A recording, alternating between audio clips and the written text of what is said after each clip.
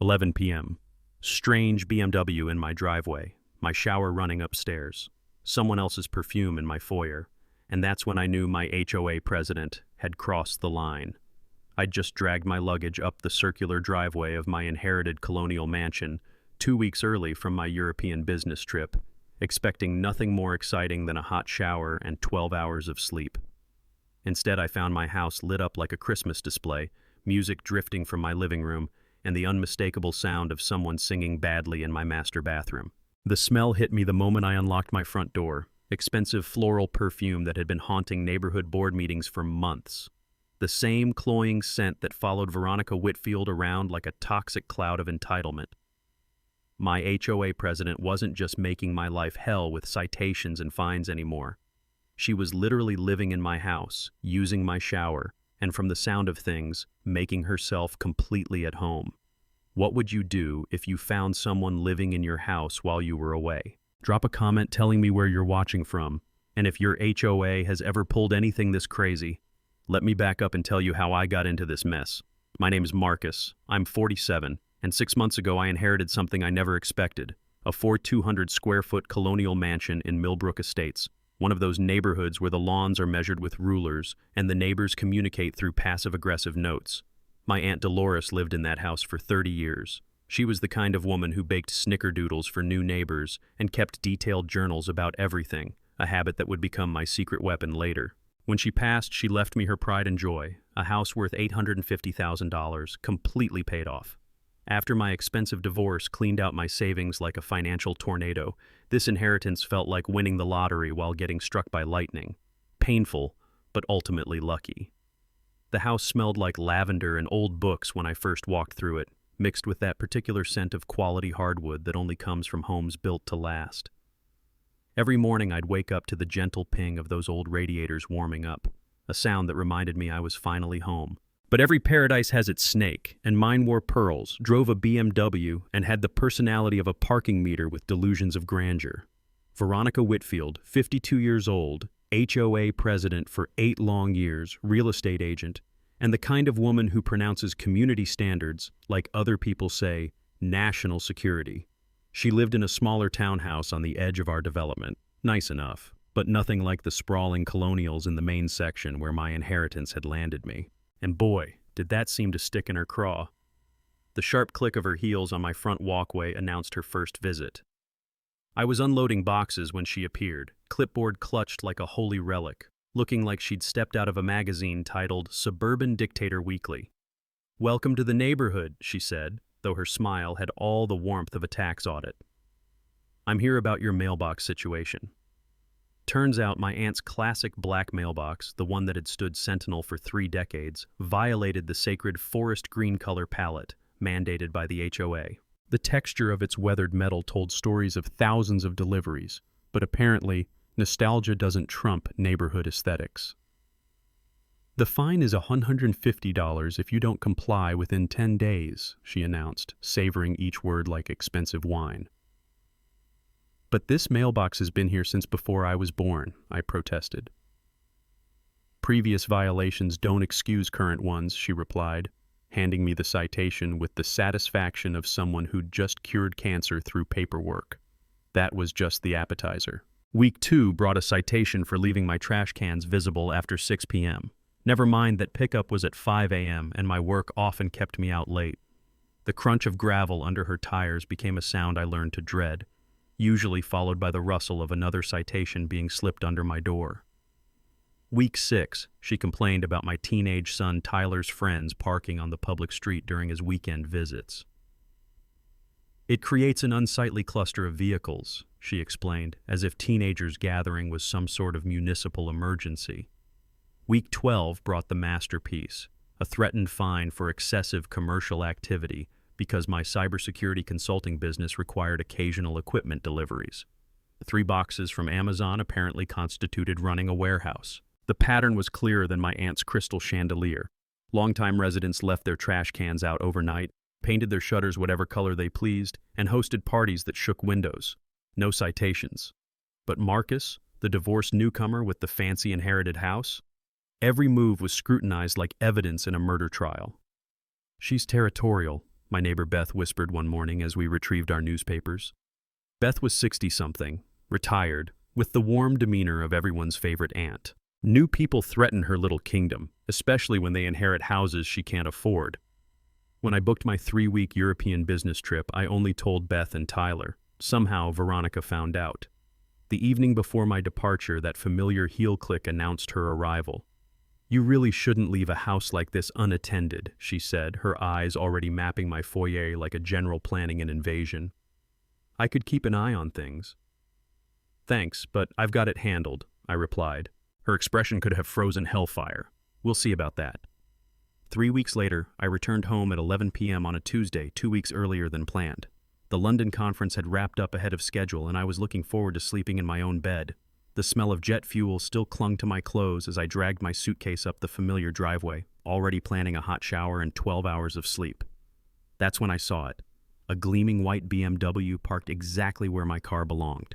My house was lit up like a Vegas casino. Every window glowed, the porch lights blazed, and I could hear music drifting from what sounded like my living room. The crunch of autumn leaves under my feet seemed unnaturally loud as I approached my own front door, feeling like a stranger visiting someone else's life. I slipped around back, using muscle memory from childhood visits to find the spare key under the loose brick by the garden gate. Years of visiting Aunt Dolores had taught me that sometimes the back door was the smartest entrance. She used to say front doors were for show, back doors were for family. The first thing that hit me was the smell. Expensive perfume hung in the air like a toxic cloud, that same cloying floral scent that followed Veronica around board meetings. But underneath it was something else, the aroma of my own kitchen being used by someone else. Takeout containers covered my granite counters like evidence of a crime, and I could see dirty wine glasses in the sink. My wine glasses, filled with wine from my cellar. As I crept through my own house like a burglar, documenting everything with my phone, my cybersecurity training kicked in. Back in my consulting days, I'd helped divorce attorneys gather digital evidence, and the first rule was always the same. Document everything, assume nothing, and never let emotion override evidence. I photographed the unfamiliar clothes draped over my bedroom chair, the different shampoo bottles in my shower, the prescription medications on my bathroom counter, blood pressure pills made out to V. Whitfield. The sound of running water echoed from upstairs, along with what could generously be called singing. Someone was taking a shower in my master bathroom, and they sounded like they owned the place. I climbed my own stairs, each step creaking its familiar tune, until I reached the landing. The bathroom door was slightly ajar, steam escaping like evidence of violation. Through the frosted glass, I could see a silhouette that definitely wasn't mine. "Veronica!" I called out, my voice echoing off the marble tiles. The singing stopped like someone had pulled a plug. The water kept running.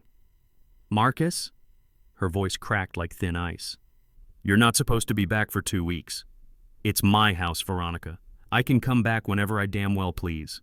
She emerged 5 minutes later, wrapped in my bathrobe, the thick terry cloth one that still smelled faintly of my cologne. Her wet hair dripped onto my hardwood floors as she faced me in my own hallway, looking about as guilty as a cat caught in a fishbowl. "I can explain," she began, clutching the robe tighter. "There was a break-in scare in the neighborhood. I was protecting your property as a community service." I gestured toward the empty wine bottle on my nightstand, a $200 Bordeaux I'd been saving for a special occasion. "By drinking my vintage collection and sleeping in my bed?" Her face flushed red, but she doubled down harder than a Vegas gambler. "I have HOA emergency authority over vacant properties during security emergencies. It's completely legal. Show me the documentation." She marched to my home office, like she owned the place, pulling out a folder I'd never seen before. Inside was an official-looking document titled Emergency Caretaker Agreement, dated the day after my departure, complete with what looked like my signature authorizing her temporary oversight. Here's where my background in digital forensics became useful.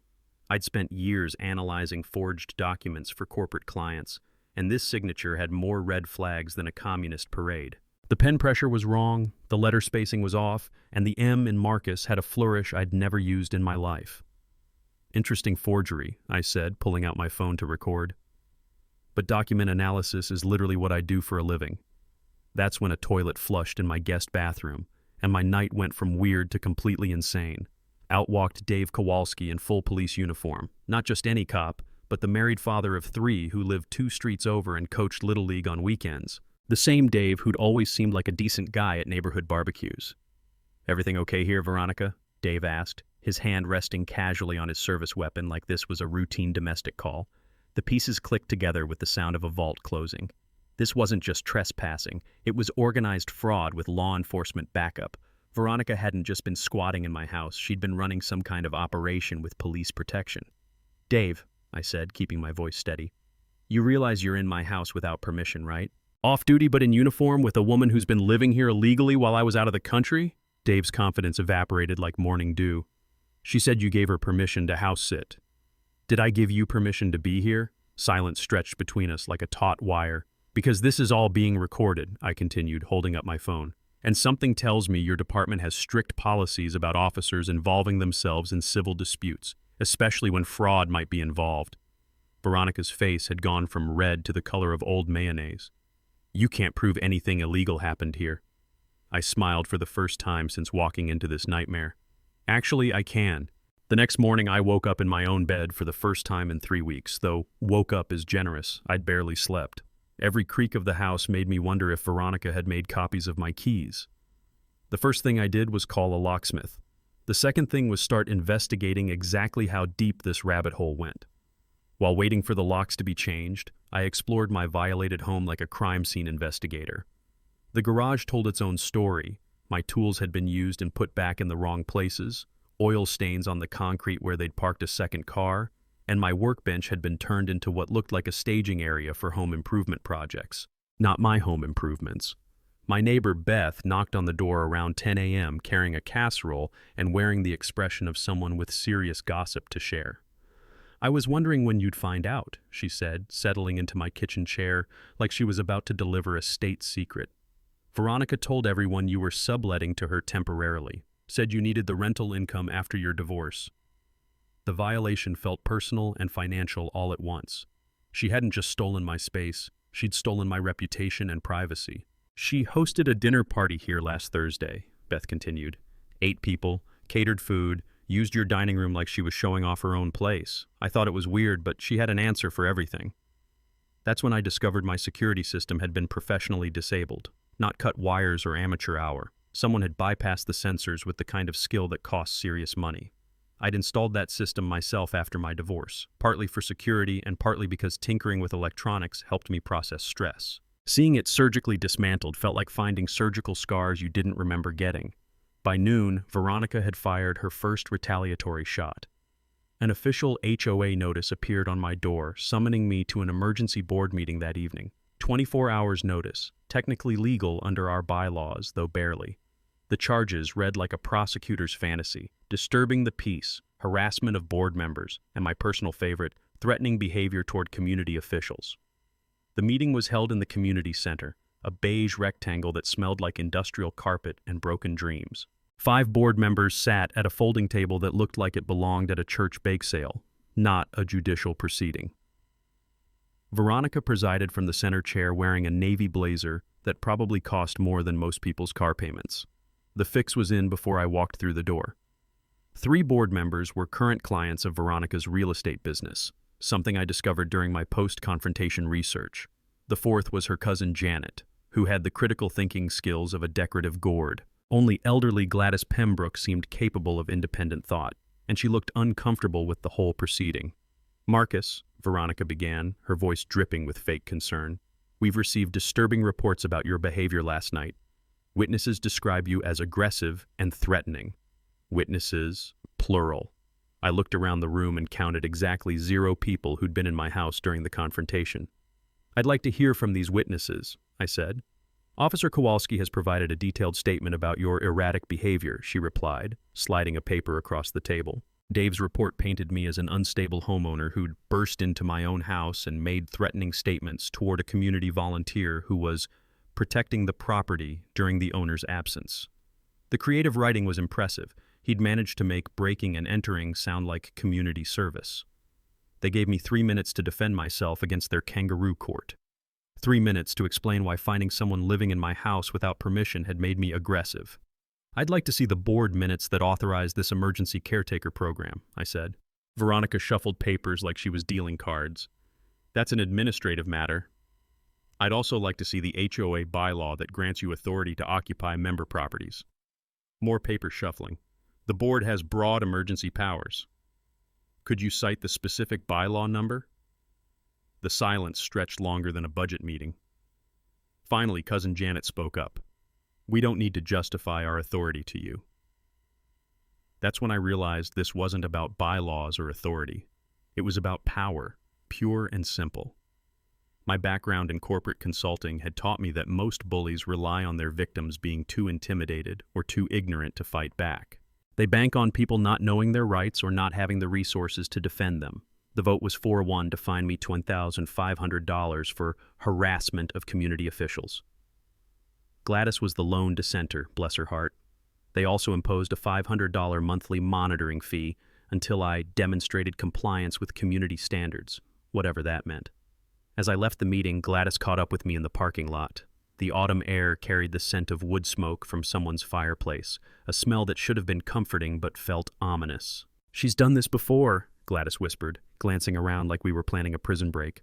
"The vacant house thing. Previous targets moved away rather than fight her." The elderly woman's words hit me like cold rain, but they also gave me something I hadn't had before. Confirmation that this was bigger than just me. The next Monday, I walked into the law office of Sarah Morgan, Esquire, carrying a banker's box full of evidence and a determination that probably registered on the Richter scale. Sarah specialized in property law and HOA abuse cases, something I'd learned exists in depressing abundance. Her office smelled like leather and confidence, with diplomas covering one wall like battle trophies. "Let me guess," she said after I'd laid out my story. "They're claiming emergency powers that don't exist in your actual bylaws."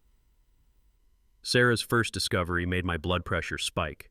The HOA's emergency caretaker authority was complete fiction.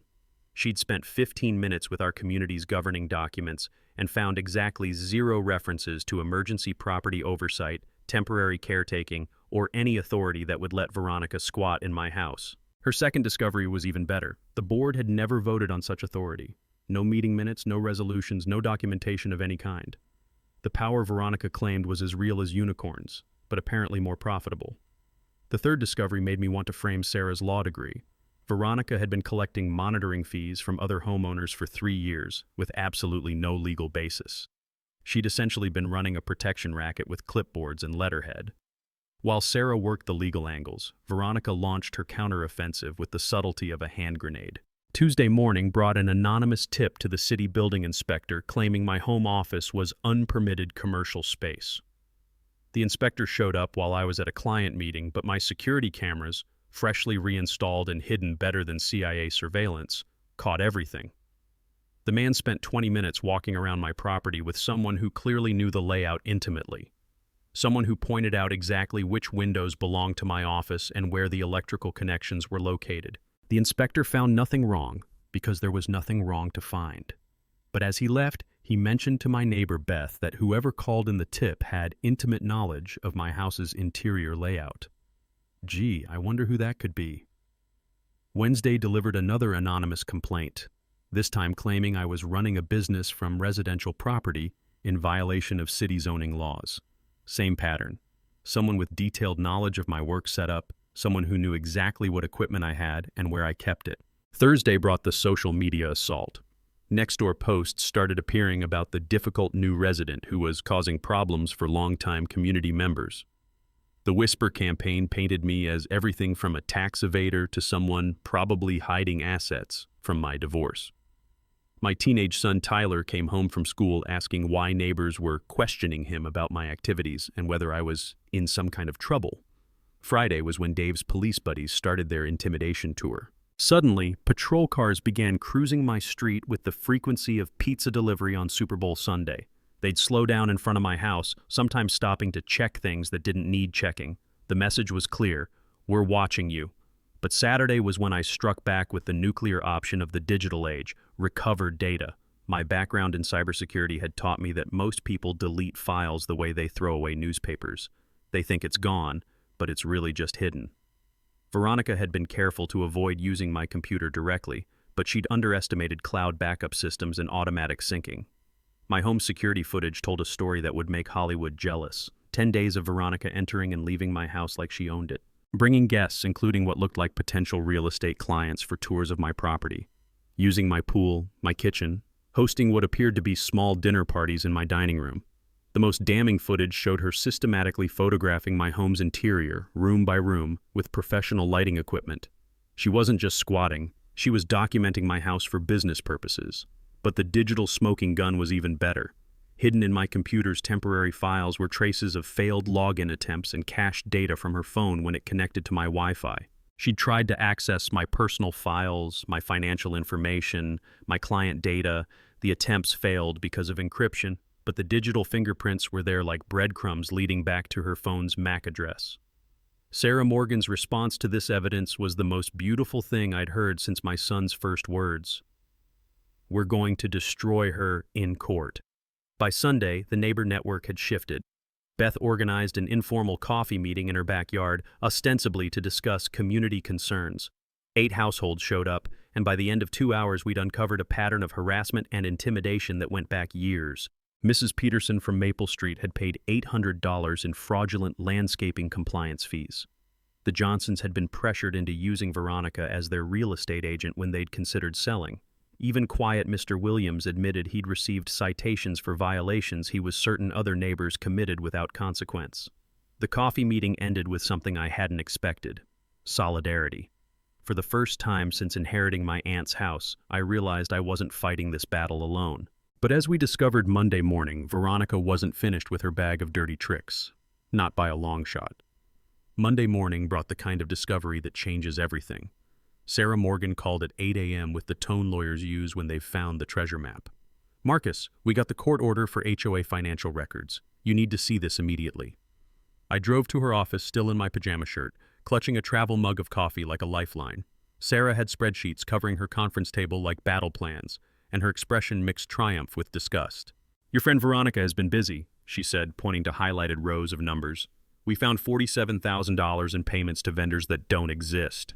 The pattern was elegant in its simplicity: emergency roof repairs during storms that never happened, tree removal services for trees that were still standing, parking lot maintenance for a parking lot that hadn't been touched in years. Every invoice was professionally formatted, every amount just under the threshold that would require board approval. But here's where my cybersecurity background became invaluable.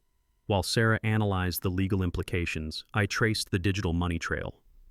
Every fake vendor check had been deposited into accounts linked to Whitfield Property Solutions LLC, a company that existed only on paper and in Veronica's bank account.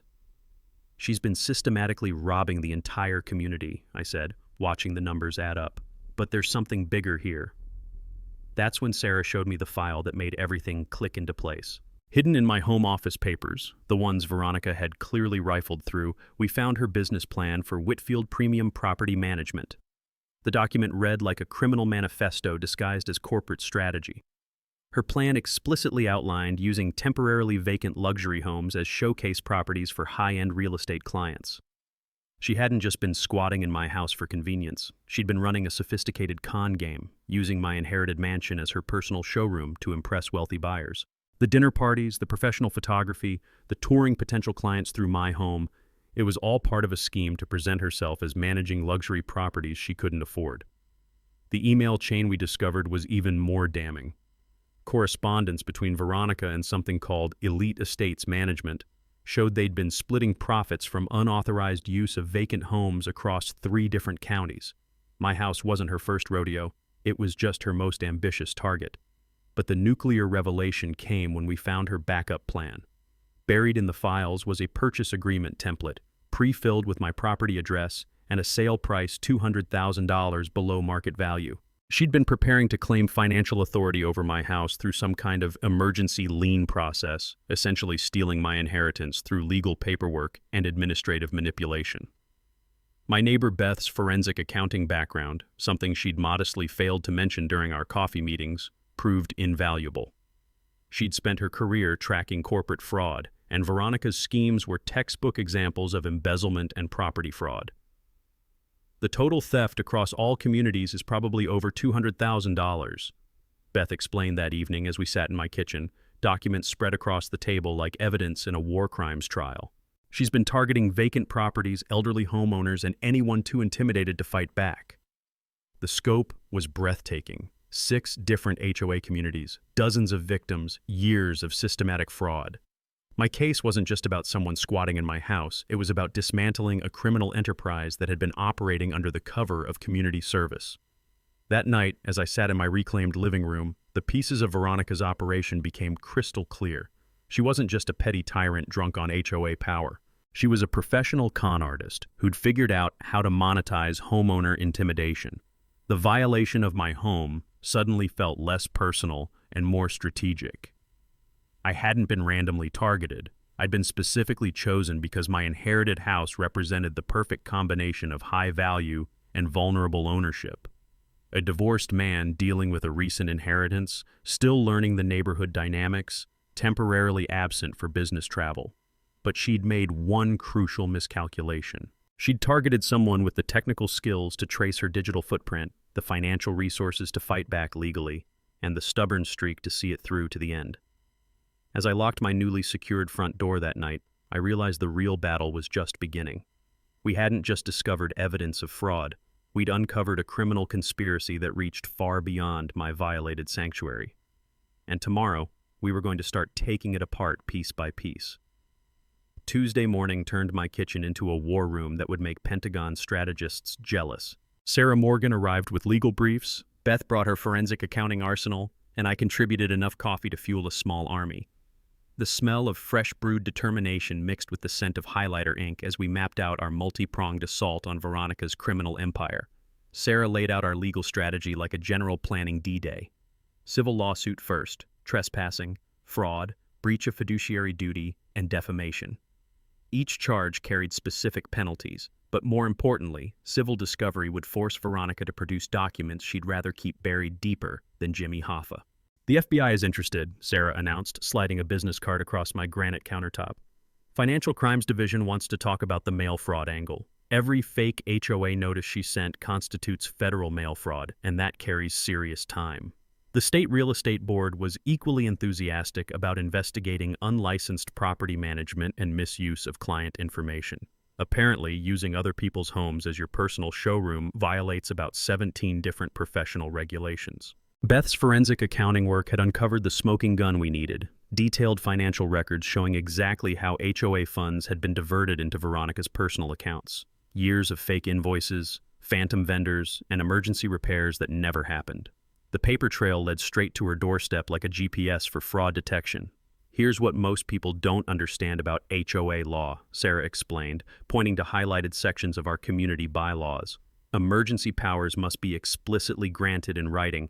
Any fines over $100 require unanimous board votes, and board members must disclose financial conflicts of interest or face personal liability. That last part was crucial. Every fine Veronica had imposed without proper board approval was legally worthless. Every decision she'd made while hiding her real estate conflicts opened her to personal lawsuits, and every dollar she'd collected through fraudulent fees constituted theft, pure and simple. While Sarah handled the legal artillery, Beth and I organized the community mobilization campaign. We scheduled a homeowner rights information session at the local library, carefully framing it as educational rather than confrontational. The goal was to give neighbors the knowledge they needed to recognize and resist HOA abuse without making it look like a witch hunt. 23 homeowners showed up, drawn by word of mouth and genuine curiosity about their rights. What we discovered during that meeting was both heartbreaking and infuriating. 18 different families had been victimized in some way over the past 4 years. Mrs. Morgan from Oak Street had paid $2,200 in emergency landscaping fees for work that was never performed. The Rodriguez family had been cited 17 times for violations that identical actions by other neighbors somehow avoided. Even tough-as-nails contractor Bill Morrison admitted he'd paid fraudulent fines rather than fight them because he didn't have time for HOA politics. The pattern was clear as my aunt's crystal. Veronica systematically targeted anyone who couldn't or wouldn't fight back. New residents, elderly homeowners, single parents, people with language barriers, anyone who seemed vulnerable or distracted by life circumstances. By the end of that meeting, we had something more powerful than legal documents, a united community ready to demand accountability. The technical aspects of our evidence collection became my specialty. Every homeowner who'd been victimized received a simple documentation template: dates, amounts, witnesses, photographs, and copies of any correspondence. My cybersecurity background proved invaluable for organizing digital evidence and creating encrypted backups that even the NSA would approve of. We established a secure communication network using an encrypted group chat, partly for security and partly because it made everyone feel like they were part of a resistance movement, which, in a way, they were. The media strategy required delicate handling. I'd worked with investigative reporters during my corporate consulting days, and I knew the importance of giving them a complete story rather than piecemeal information. Local TV news loves stories about authority figures abusing power, especially when there's visual evidence and sympathetic victims. Sarah filed a motion to freeze Veronica's assets before she could hide or transfer the stolen money. The legal mechanism was complex, but the principle was simple. You can't profit from crime while the crime is being prosecuted. Meanwhile, I started documenting everything for potential documentary purposes. The story had all the elements that make people stop scrolling: corruption, abuse of power, regular people fighting back against injustice, and enough evidence to fill a small library. But the psychological warfare was perhaps our most effective tool.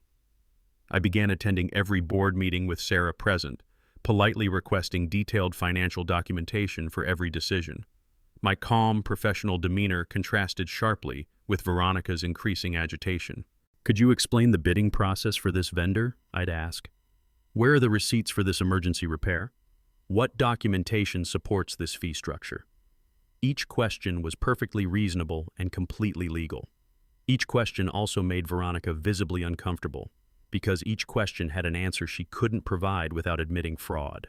By Friday, we were ready to launch our coordinated offensive. Legal papers were filed, federal investigators were briefed, media contacts were primed, and the community was organized. Veronica had built her little empire on intimidation and ignorance. We were about to teach her that knowledge and solidarity make pretty effective weapons too. Veronica's response to our organized resistance was swift, desperate, and absolutely predictable. By the following Monday, she'd filed a restraining order against me claiming harassment, stalking, and threats. The petition read like a creative writing exercise, complete with allegations that I'd been driving by her house and intimidating her real estate clients with erratic behavior. The irony was thick enough to spread on toast. The woman who'd been living in my house without permission was now claiming I was stalking her. The restraining order hearing was scheduled for Thursday morning in the county courthouse, a building that smelled like justice and floor wax.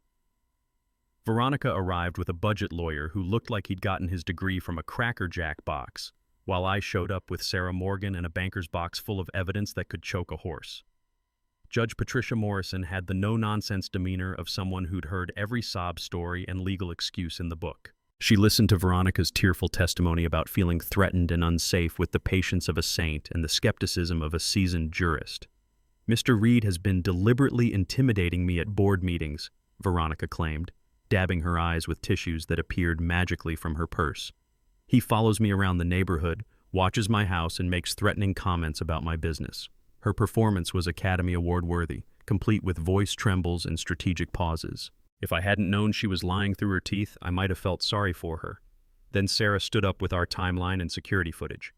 "Your Honor, we have documentation showing that Mr. Reed has never been within 500 feet of Ms. Whitfield's residence," Sarah said, presenting printed screenshots from multiple security cameras. These timestamps correspond exactly with the dates she claims he was stalking her. The footage was devastating. While Veronica claimed I was lurking around her house on Tuesday evening, my security system showed me hosting Tyler's study group in my kitchen.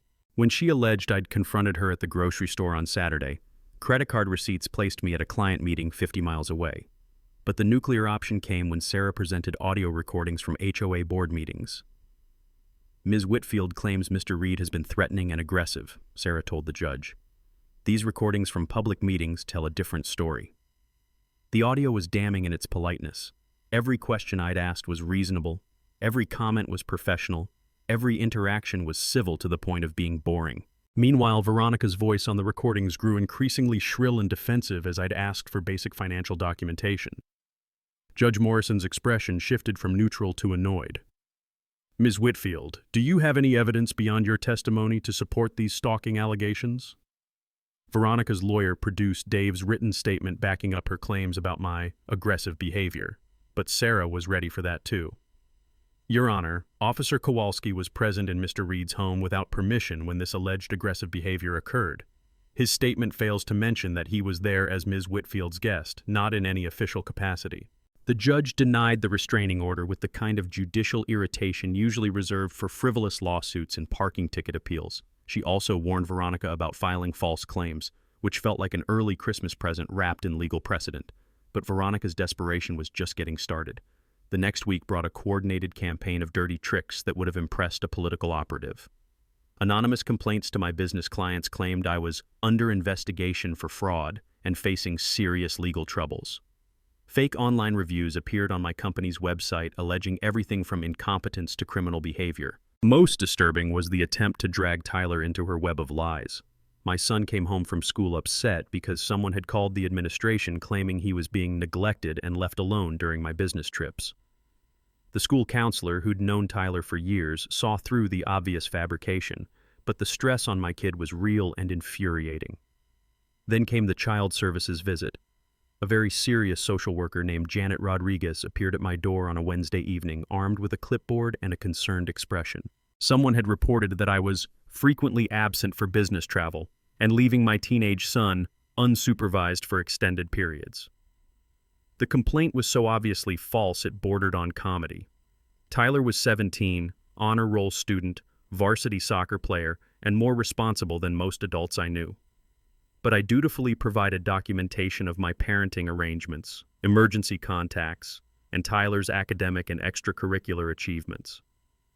Ms. Rodriguez spent an hour touring our home, interviewing Tyler, and reviewing our family situation. Her final report not only dismissed the complaint, but commended our stable home environment and Tyler's exceptional maturity and academic performance.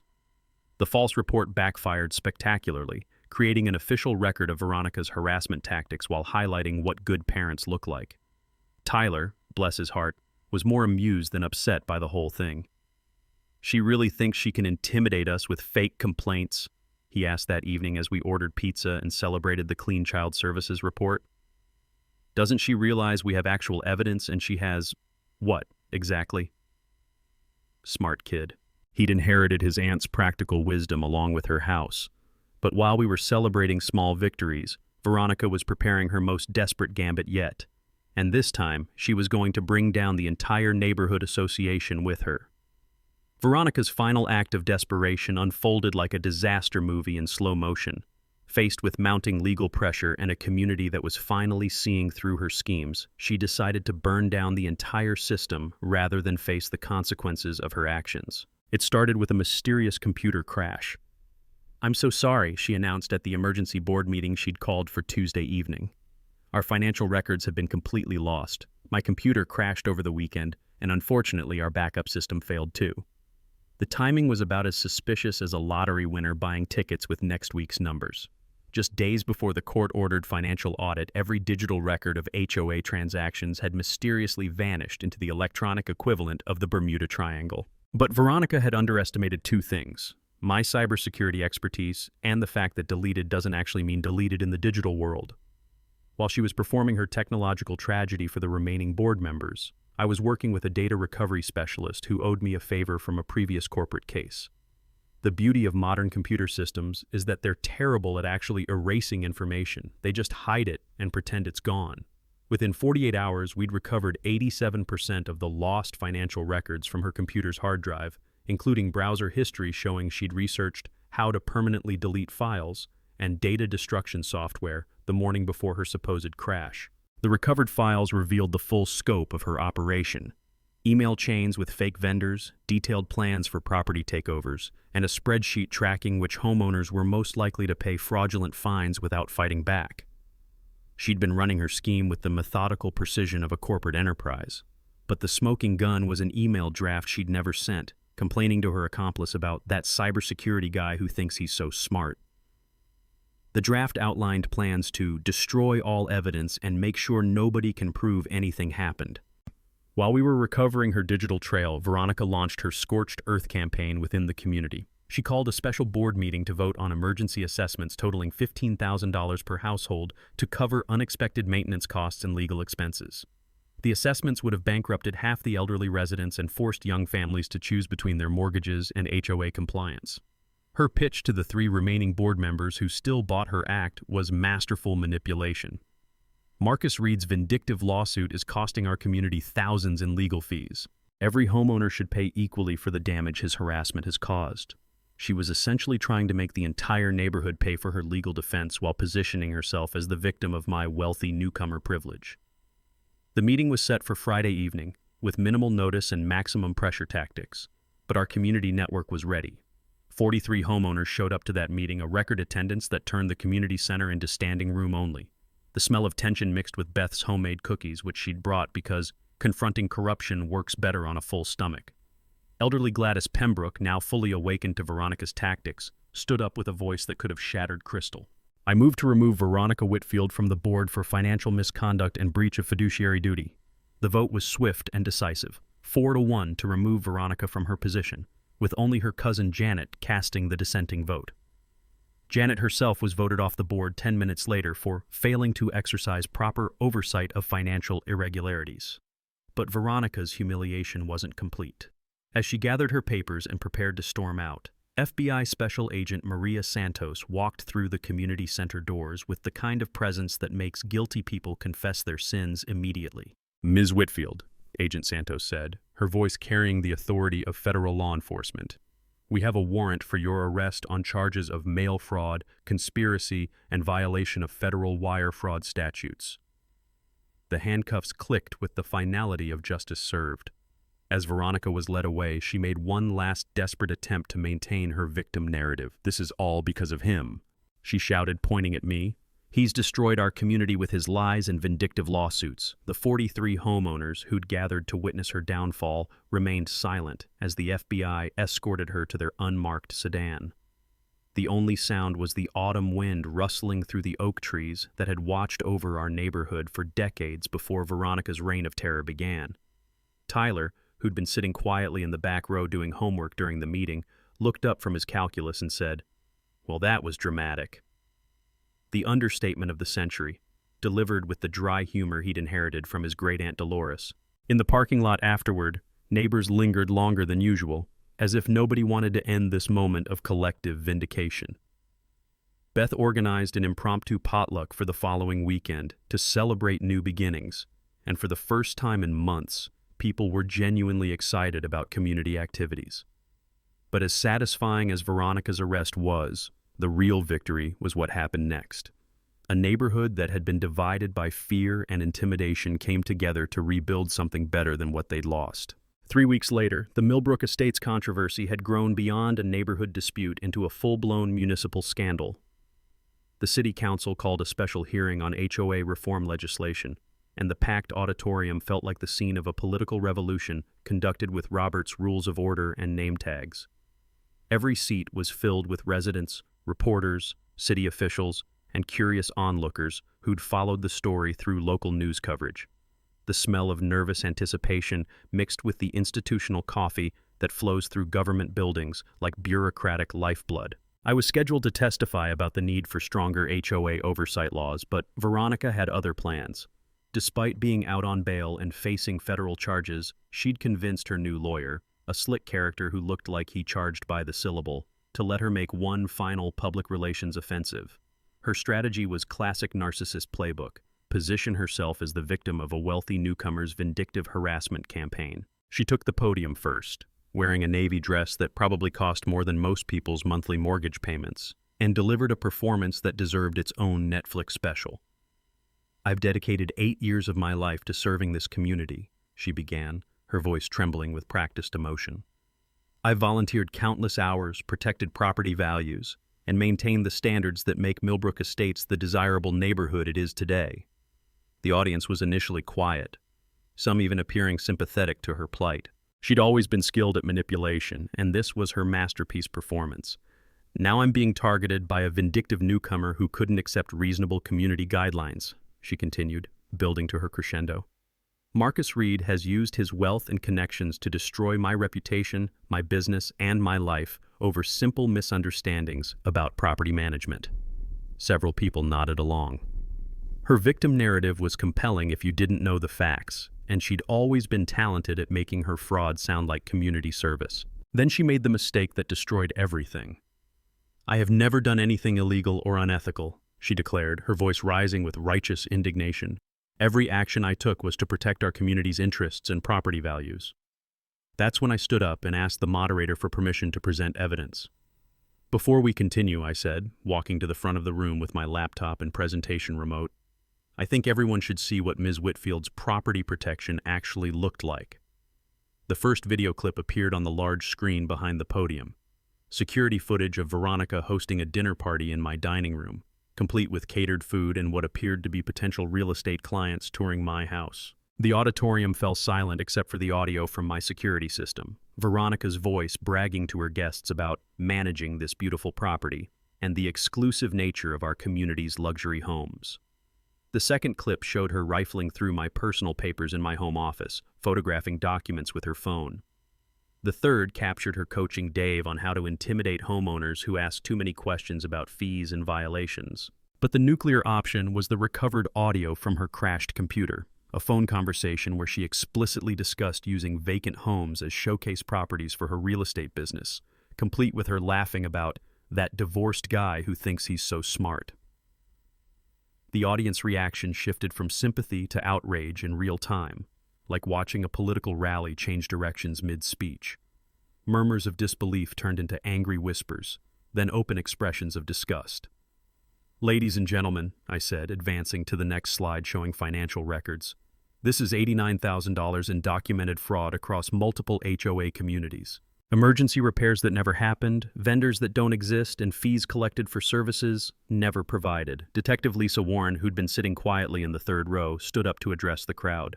"Ms. Whitfield is currently under federal indictment for mail fraud, wire fraud, conspiracy, and violation of federal racketeering statutes.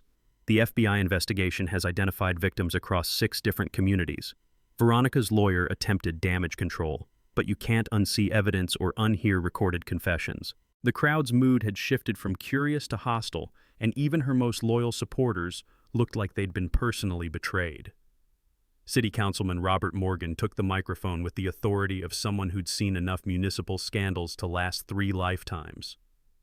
"The legislation before us today will require quarterly financial audits for all HOA boards, mandatory disclosure of conflicts of interest, and criminal background checks for community management positions." The vote was unanimous, 7-0 to pass the most comprehensive HOA reform legislation in the county's history. But the moment that made everything worthwhile came when elderly Mrs. Peterson, who'd paid $800 in fraudulent fees she couldn't afford, stood up in the back row. "I want to thank Marcus Reed," she said, her voice carrying across the silent auditorium, "for having the courage to fight back when the rest of us were too scared or too tired to resist." The standing ovation lasted 3 full minutes and felt like absolution for every sleepless night I'd spent wondering if the fight was worth it.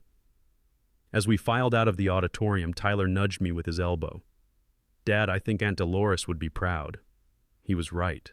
She would have loved seeing justice served with such thorough documentation. 6 months later, justice had been served with the precision of a Swiss watch and the satisfaction of a perfectly executed revenge plot.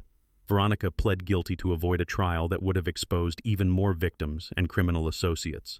The federal judge sentenced her to 18 months in federal prison, 3 years of probation, and ordered her to pay $127,000 in restitution to all identified victims.